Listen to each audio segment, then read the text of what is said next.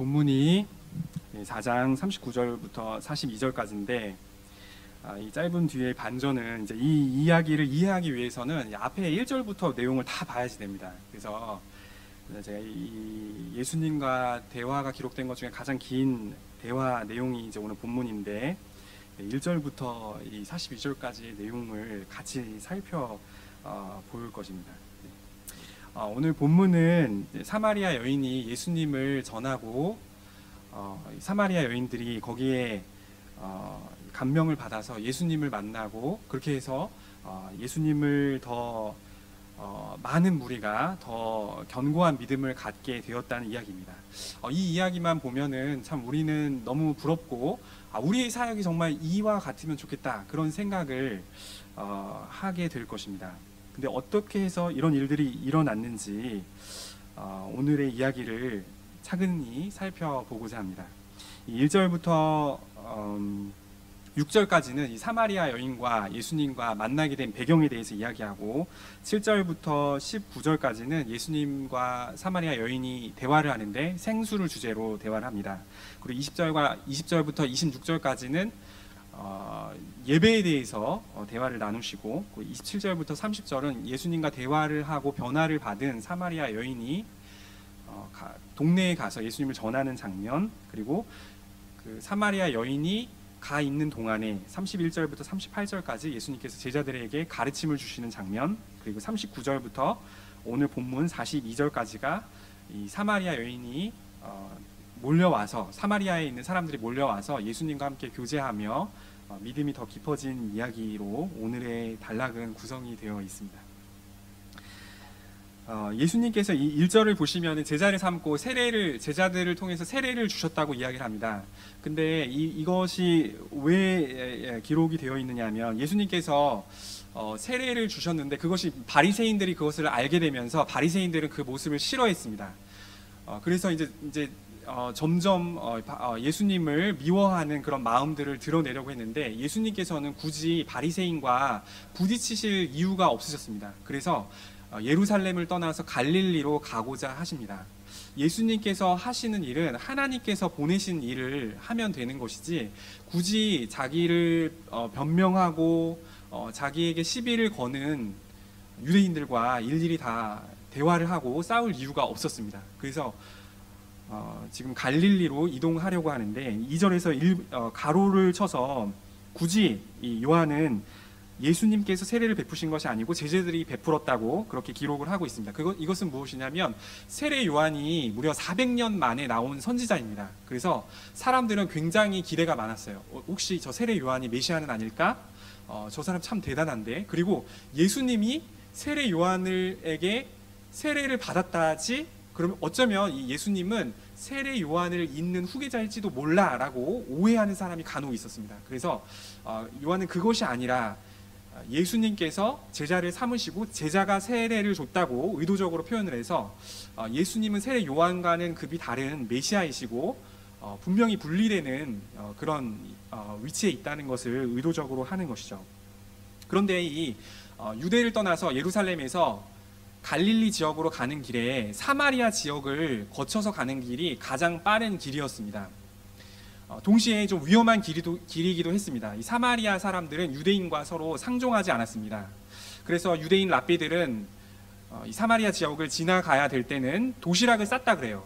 혹시라도 배가 고픈 일이 발생하면 그곳 사람들과 이야기를 나누게 될까봐 그런 것이 싫어서 도시락을 싸서 지나갈 정도로 그렇게 관계가 좋지 않았습니다. 그런데 예수님께서는 굳이 빨리 갈 이유는 없으셨지만 그러나 이 사마리아 지역을 들르신 이유가 있었죠. 그것은 하나님께서 보내신 일을 하기 위해서 하나님께서 만나기를 원하시는 영혼을 만나기 위해서 의도적으로 예수님은 이 사마리아 지역을 들르십니다. 그래서 예루살렘부터 시작해서 이미 정오가 됐습니다. 낮 12시가 되었고 예수님은 우물가에 도달하게 되셨는데 그곳은 야곱이 요셉에게 준 땅과 가까운 사가라는 지역이었고 그리고 야곱이 팠다는 우물이 전해져 내려오는 곳이었습니다. 그리고 예수님은 이미 걸어서 오셨기 때문에 건조하고 무더운 날씨 속에서 지쳐 있으셨습니다. 그래서 목이 말라 하셨습니다. 근데 그때 마침 사마리아 여인이 예수님 곁으로 다가와서 물을 기르러 오는 겁니다. 이 사마리아 여인과 예수님과의 만남, 그것은 좀 기이하고 특이한 점이 있습니다. 두 가지 측면에서 그런데 첫 번째는 이 우물이라는 지역 때문에 그렇습니다. 이 우물은 예로부터 이 남자와 여자가 뭔가 좀 미묘한 감정이 싹트는 그런 곳으로 알려져 있습니다. 그래서 아브라함의 종도 이삭의 아내를 찾기 위해서 종을 보냈을 때 그 우물가에서 리브가를 만나게 되고요. 모세도 이 우물가에서 미디안 여인을 만나서 결혼을 하게 됩니다. 그렇기 때문에 이 우물가, 당시 더웠기 때문에 사람들이 잘 잊지 않고 한적한 이곳에서 남자와 여자가 만난다는 것은 뭔가 좀 오해받을 수 있는 불명예스러운 일로 여겨질 수 있었다는 그런 관점이 하나 있고, 또 한 가지는 이 유대인과 사마리아인의 안 좋은 관계입니다. 말씀드렸다시피 이 북이스라엘이 멸망했을 때 이 아수르에 의해서 멸망을 하게 되는데, 이 아수르는 의도적으로 혼혈 정책을 펴니다. 그래서 북방의 여러 민족들을 이 이스라엘 지역에 데려옵니다. 그래서 함께 살게 하면서 민족이 섞이도록, 그래서 이 아수르를 위해서 충성하는 그런 새로운 시대를 맞이할 수 있도록 그렇게 계획을 했습니다. 그래서 실제로 이스라엘 사람들은 여러 민족과 함께 그렇게 혼인을 하게 되는 경우들이 많았고, 그것에 대해서 남유다 사람들은 굉장히 정죄하면서 싫어했습니다. 게다가 여자는 그 혼혈을 있게 한 장본인이다 해서 여자에 대해서 더 적대감이 더 심했습니다. 그래서 서로 말도 하지 않고 그런 일들이 계속되었습니다. 그래서 이 예수님께서 여인을 만난다는 것은 굉장히 이례적인 일인데, 예수님께서 먼저 말을 거십니다. 여기에 물을 좀 달라고, 내가 목마르다고 그렇게 이야기합니다. 그런데 그 모습을, 예수님의 모습을 본 여인은 짜증 섞인 말투로 이렇게 이야기를 합니다. 9절을 보면, 이 9절 한번 읽어보도록 하겠습니다. 시작.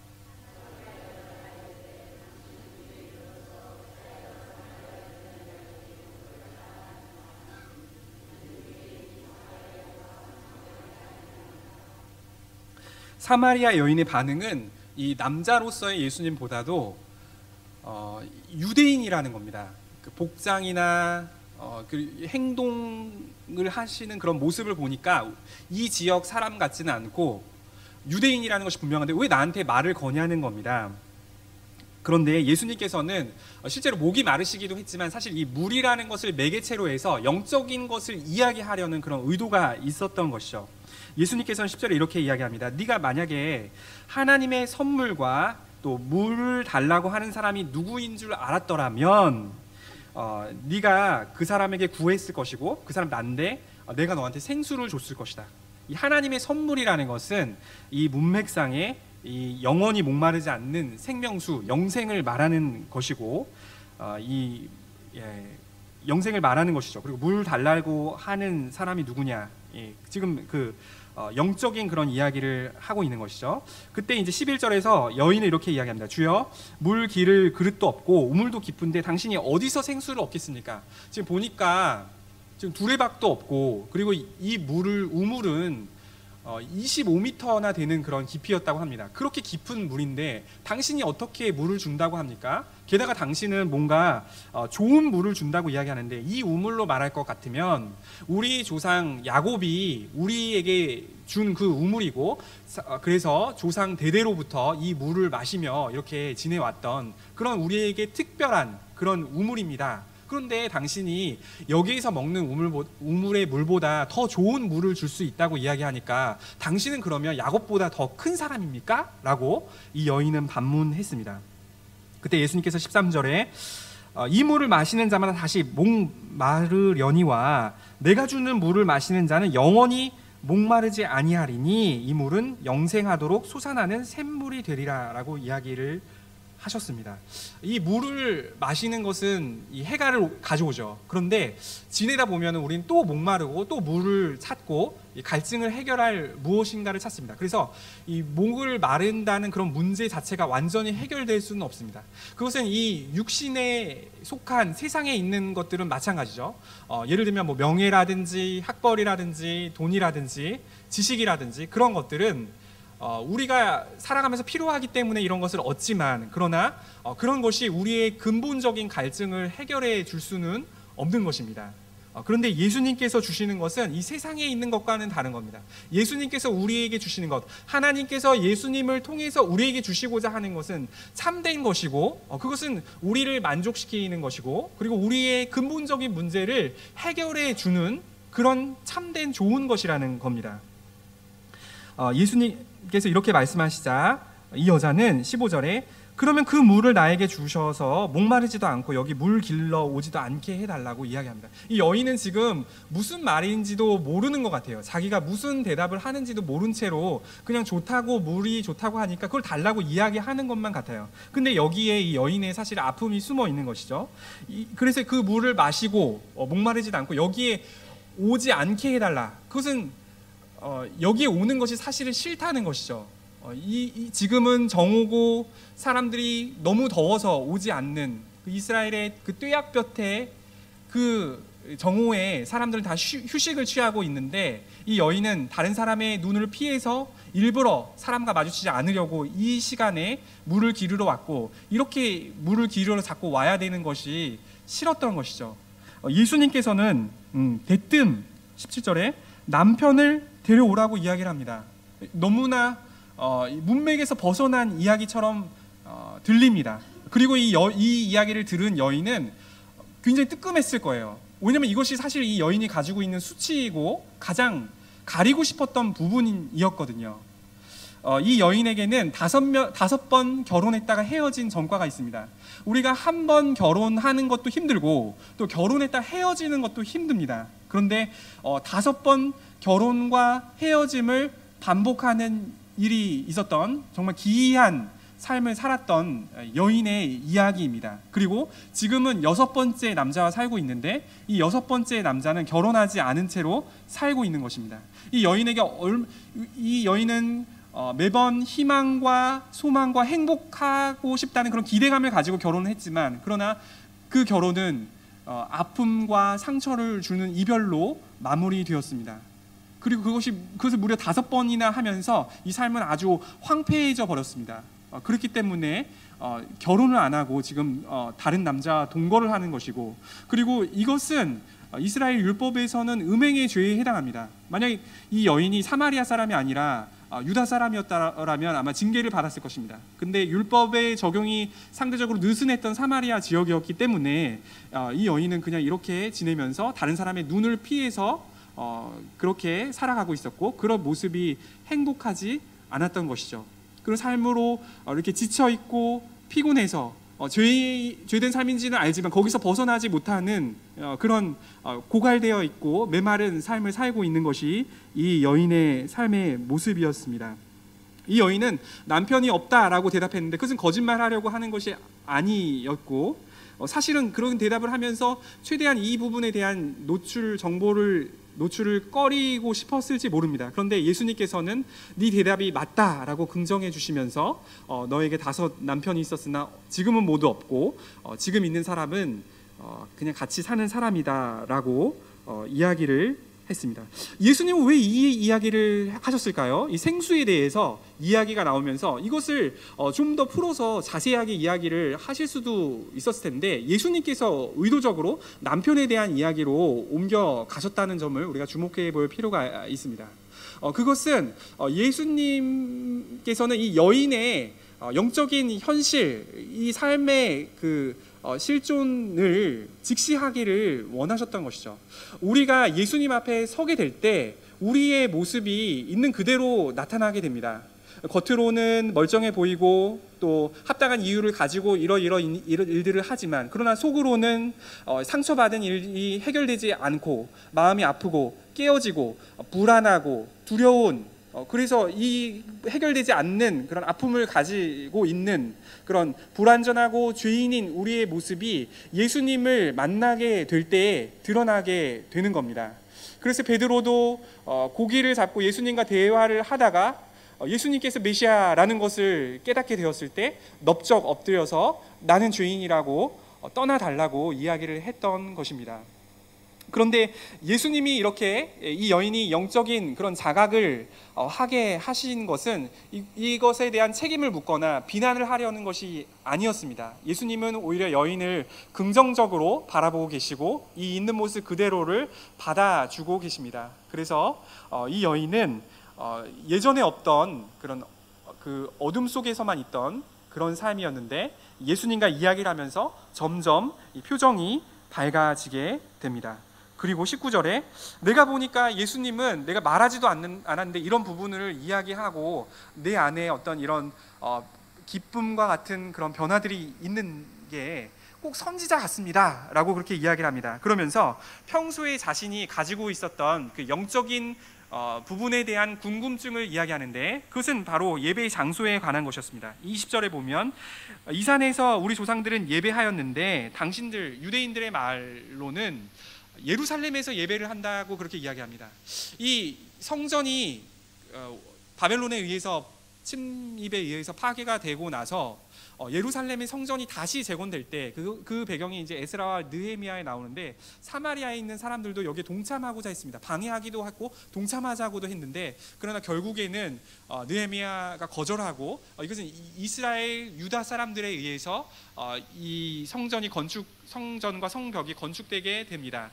그래서 이 사마리아 사람들은 이 이스라엘 예루살렘과는 별도로 이 사마리아 지역에 있는 그리심산에 성전을 짓게 됩니다.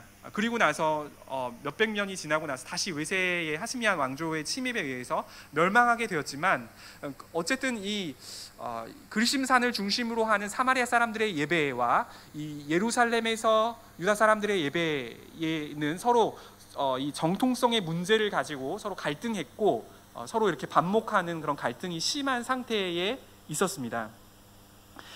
그런데 예수님께서는 지금 장소가 중요한 게 아니라고 말씀하십니다. 21절에 이 산도 아니고 예루살렘도 아니고 너희가 하나님께 예배할 때가 온다. 22절에서 너희는 알지 못하는 것을 예배하고 우리는 아는 것을 예배하니 이는 구원이 유대인에게서 남이라.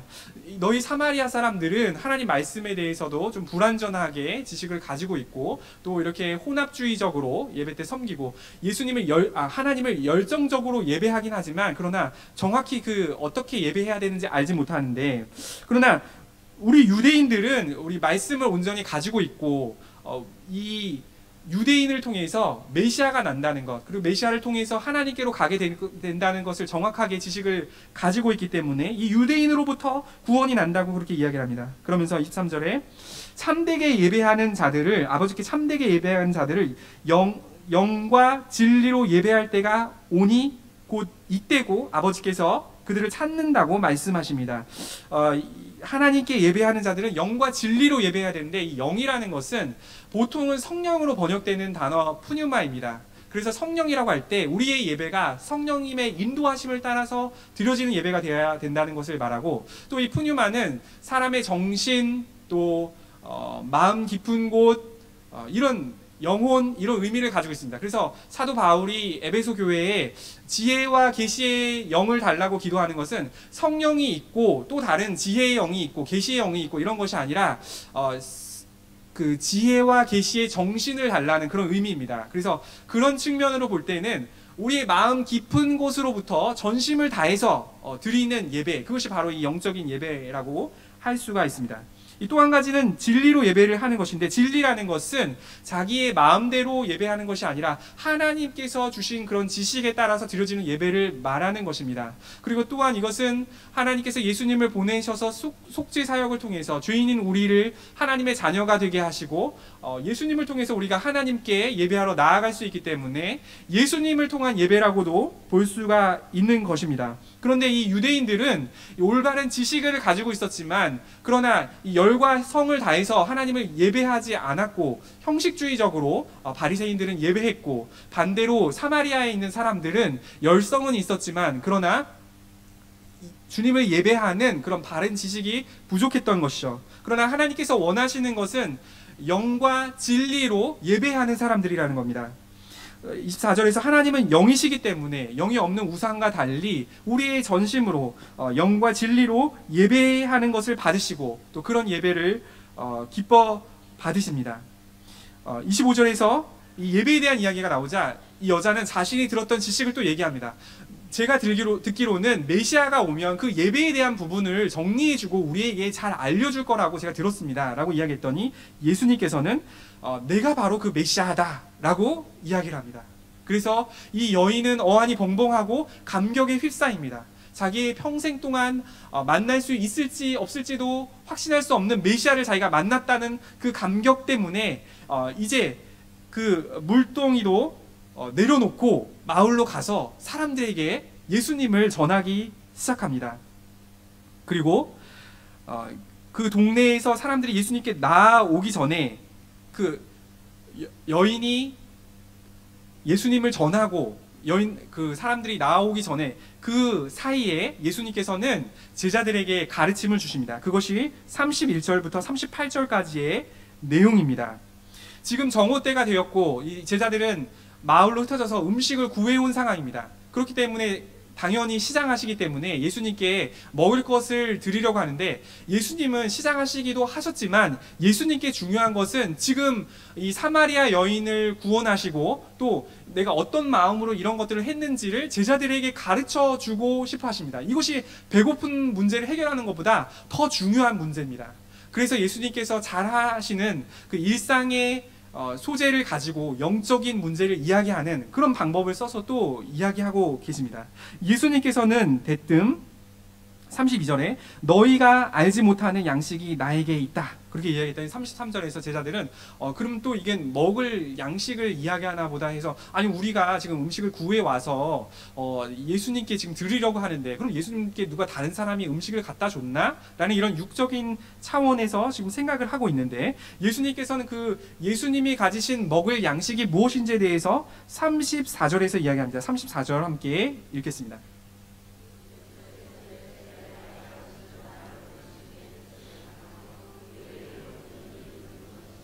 예수님의 양식은 무엇이냐면 하나님의 뜻을 이루는 것, 온전히 이루는 것입니다. 우리가 끼니 때가 되면 음식을 먹고 싶어하고 음식을 간절히 바라고 또 음식을 먹으면 배부르고 만족하는 것처럼 예수님은 이 땅에서 하나님의 뜻을 구하고 하나님의 뜻을 온전히 성취하면서 그것으로 배부른 것과 같은 그런 행복감을 느끼셨던 겁니다.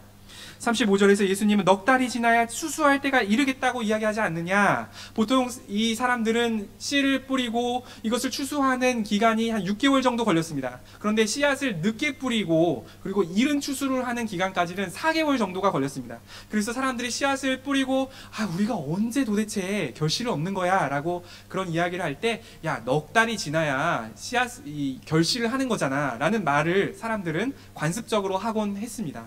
그래서 우리가 씨앗을 뿌리고 넉 달이 지나면 이곳이 추수할 곳이 되는 것이 확실하지 않냐 그런 것처럼 그러나 35절에 그러나 나는 너희에게 이르노니 너희 눈을 들어 밭을 보라 희어져 추수하게 되었다. 지금 사실 눈앞에는 아무것도 없거든요. 지금 뭐 씨 뿌린 지 얼마 안 돼서 아무것도 없는 일인데 그러나 지금 추수할 때가 왔다. 예수님이 이렇게 이야기합니다. 눈을 들라는 것은 우리의 영적인 영안을 열라는 것을 말하는 것이고 그리고 밭을 보라. 밭은 세상을 보라는 것입니다. 특히 세상에 주님을 모르는 그런 마음밭, 주님을 모르는 사람들의 마음밭을 보라는 것입니다. 그리고 희어졌다. 희어졌다는 것은 곡식이 익어서 거둘 때가 된 상태를 말하는 것이죠. 지금 밭에는 아무것도 보이지가 않지만 그러나 지금 이 영적인 관점에서는 추수할 때가 이르렀다는 겁니다. 지금 이 사마리아 여인이 예수님에 대해서 적대시하고 또 말도 잘 이해하지 못하고 그렇지만 예수님과의 이 대화를 통해서 영생을 얻은 것처럼 이 세상에는 서로 반목하고 영적인 무지에 휩싸여 있고 소통이 잘 안 되고 또 기독교를 박해하는 많은 사람들이 있지만 그런 영적인 관점에서는 이제 이 추수할 때가 이르렀다는 것을 예수님은 강조해서 이야기하는 것이죠. 그리고 36절에 거두는 자가 이미 삭도 받고 영생에 이르는 열매를 모은다라고 이야기합니다. 여러분 우리는 거두는 자로 고용된 일꾼과 같습니다. 예수 믿고 거듭난 우리는 추수할 일을 위해서 삭슬 받은 그런 고용된 일꾼과 같습니다. 신천지의 이만희, 또 안상홍 진흥회, 또 여호와의 증인 이런 사람들은 14만 4천 명을 모아야 된다고 이야기합니다. 그래야 이 영원한 삶의 길이 열리고 새로운 새 땅, 새 하늘이 열리게 된다고 그렇게 이야기합니다. 근데 예수님의 말씀 분명히 우리는 삭스를 받고 영원한 생명을 얻은 상태에서 누군가가 영생에 이르도록 도와주는 그런 일을 한다고 이야기해 주고 있습니다. 그래서 뿌리는 자와 거두는 자가 함께 즐거워한다. 하나님께서 많은 사람들을 통해서 이미 씨앗을 뿌리셨습니다. 우리가 다 알지 못해도 여러 가지 그런 일들을 통해서 선지자와 또 여러 가르침을 통해서 이 영혼의 마음밭에 반응할 수 있도록 일해 놓으셨습니다. 그래서 그 사람들은 천국에 있지만 누군가가 영혼이 하나님께 돌아올 때 천국에서도 잔치가 일어나는 겁니다. 그래서 뿌린 자와 거두는 자가 함께 하나님 앞에서 동시에 즐거워하며 기쁨의 잔치에 참여할 수 있는 것입니다. 그래서 뿌리는 사람이 있어서 거두는 사람도 있는 것이죠. 이런 가르침을 하셨을 때 여자는 여러 사람들과 함께 옵니다. 39절에 여자의 말이 내가 행한 모든 것을 그가 내게 말하였다 증언함으로 동네 사람 중에 많은 사람들이 예수를 믿게 됩니다. 이 여인을 통해서 예수님을 믿게 된 사람은 아직은 믿음이 연약한 상태에 있습니다. 그런데 이 사람들은 더 예수님을 알고 싶어 합니다. 이렇게 우리는 예수님을 알게 된 사람은 더 주님을 알고 싶어 하고 더 말씀에 귀를 기울이고 더 하나님의 음성을 듣고 싶어 하는 것이 너무나 합당한 것입니다. 그래서 사람들은 예수님을 초청합니다. 이 여인들은 이 사마리아 여인의 그런 증언을 통해서, 이 사마리아 여인은 사실은 이 예수님과 대화를 통해서 내가 만난 예수님을 이야기를 해야 했기 때문에 이 남편에 대한 이야기나 자기가 감추고 싶었던 그런 치부에 대한 이야기를 본의 아니게 해야 됐었을 수도 있습니다. 그러나 그런 것이 이제 더 이상 수치심과 그것 때문에 숨는 것이 아닙니다. 이 여인은 자기에게 아픔이 비록 있지만 예수님을 만난, 메시아를 만난 감격이 더 크기 때문에 더 이상 이것은 자기에게 자기를 올가매는 문제가 아니고 담대하게 예수님에 대해서 기쁨 가운데 전하고 있는 것을 보게 됩니다. 그래서 이 사마리아의 많은 사람들이 예수님을 청해서 이틀 동안 유대인이 상종하지 않는데 파격적으로 이틀 동안 여기에서 함께 거하면서 42절에 이제 우리가 믿는 것이 그 여인이 말해서 그것을 들어서만이 아니고 우리가 친히 듣고 그가 참으로 세상의 구주이신 줄 알았다라고 이야기를 합니다. 이제 예수님과 대화하고 교제하고 궁금한 것을 물어보고 답을 얻고 그런 과정을 통해서 이제 이 알았다는 것은 경험적으로 예수님께서 메시아라는 것을 알게 되었다고 이제 믿음이 더 굳건하게 서는 그런 모습을 볼 수가 있습니다.